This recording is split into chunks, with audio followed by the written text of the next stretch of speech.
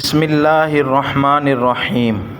مولا علی نے فرمایا، ہمیشہ زندگی میں ایسے لوگوں کو پسند کرو جن کا دل چہرے سے زیادہ خوبصورت ہو۔ اللہ جو کرتا ہے اچھے کے لیے کرتا ہے، تم نہیں جانتے مگر وہ خوب جانتا ہے۔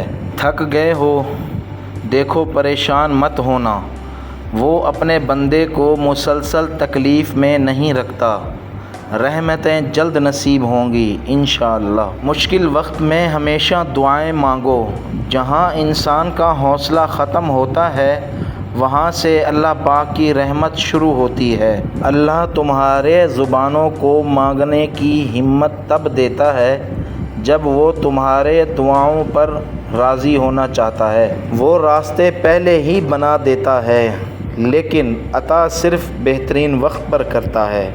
اگر قسمت کا لکھا ہی سب کچھ ہوتا تو اللہ انسان کو دعا مانگنا نہیں سکھاتا۔ جن کو یہ معلوم ہو جائے کہ اللہ تعالیٰ بہت غور سے سنتا ہے، وہ اپنی کہانی پھر کسی اور کو نہیں سناتے۔ دعاؤں کا رنگ نہیں ہوتا، مگر جب یہ رنگ لاتی ہیں تو زندگی میں رنگ بھر جاتے ہیں۔ اپنے ارادوں میں مخلص رہو تم، اللہ کی مدد ہمیشہ ساتھ پاؤ گے۔ اچھا وقت انہی کا ہوتا ہے جو کسی کا برا نہیں سوچتے۔ زندگی کو اتنا زیادہ سنجیدہ لینے کی ضرورت نہیں ہے، یہاں سے زندہ بچ کر کوئی نہیں گیا۔ حضرت خدیجہ پہلی عورت تھی جنہوں نے نکاح کا پیغام نبی پاک کو بھیجا۔ یوں اللہ نے ان کے ذریعے لڑکی کو خود اپنا خاوند پسند کرنے کی آزادی دی۔ زندگی نے دو چیزیں تو ضرور سکھائی ہیں، ایک تو اپنے میں خوش رہنا، دوسرا اپنے خدا کے سوا کسی سے کوئی امید نہ رکھنا۔ کتنی امید ہے نا اس آیات میں۔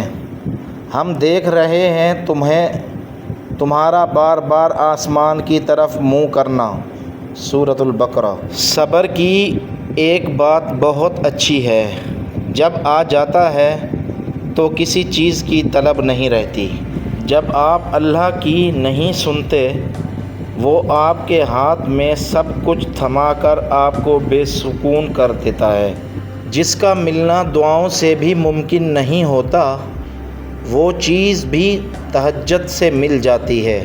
ٹھکانہ قبر ہے تیرا، عبادت کچھ تو کر غافل۔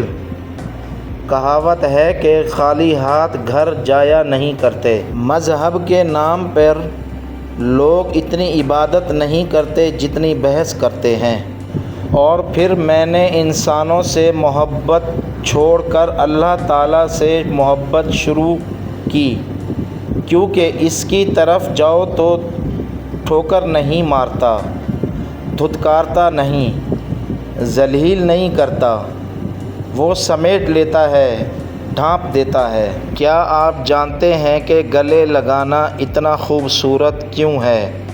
کیونکہ آپ کے دائیں طرف دل نہیں ہوتا، اس لیے وہ خالی ہوتا ہے، اور جب آپ کے گلے لگتے ہیں تو آپ کے دونوں طرف دل ہوتا ہے۔ تو گناہ سوچتا ہے، گناہ نہیں ملتا، تو نیکی سوچتا ہے، نیکی مل جاتی ہے۔ دیکھ تیرا رب کتنا مہربان ہے۔ جب مجھے پتہ چلا کہ محل کے بستر اور خالی زمین پر سونے والوں کے خواب ایک جیسے اور قبر بھی ایک جیسی ہوتی ہے، تو مجھے اللہ کے انصاف پر یقین آ گیا۔ اللہ تمہاری چاہ سے انکار نہیں کرتا، وہ تمہارا صبر سنبھال کر رکھتا ہے، وہ صدائیں رد نہیں کرتا، وہ بہترین وقت پر نوازتا ہے۔ کہتے ہیں 40 لوگ مل کر آمین بولیں تو دعا قبول ہو جاتی ہے۔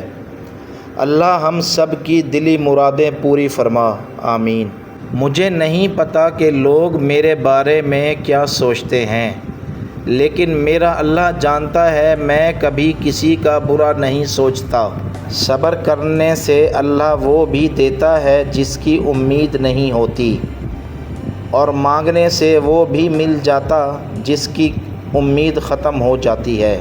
بس انتظار کیجیے، تمہارا رب تمہارے دل سے نکلی ہر پکار سنتا ہے۔ ہمیشہ یہی سوچ کر جیو کہ میرے اللہ نے مجھے بہت کچھ دیا ہے، اگر وہ میرے اعمال کے برابر دیتا تو میرے پاس آج کچھ بھی نہ ہوتا۔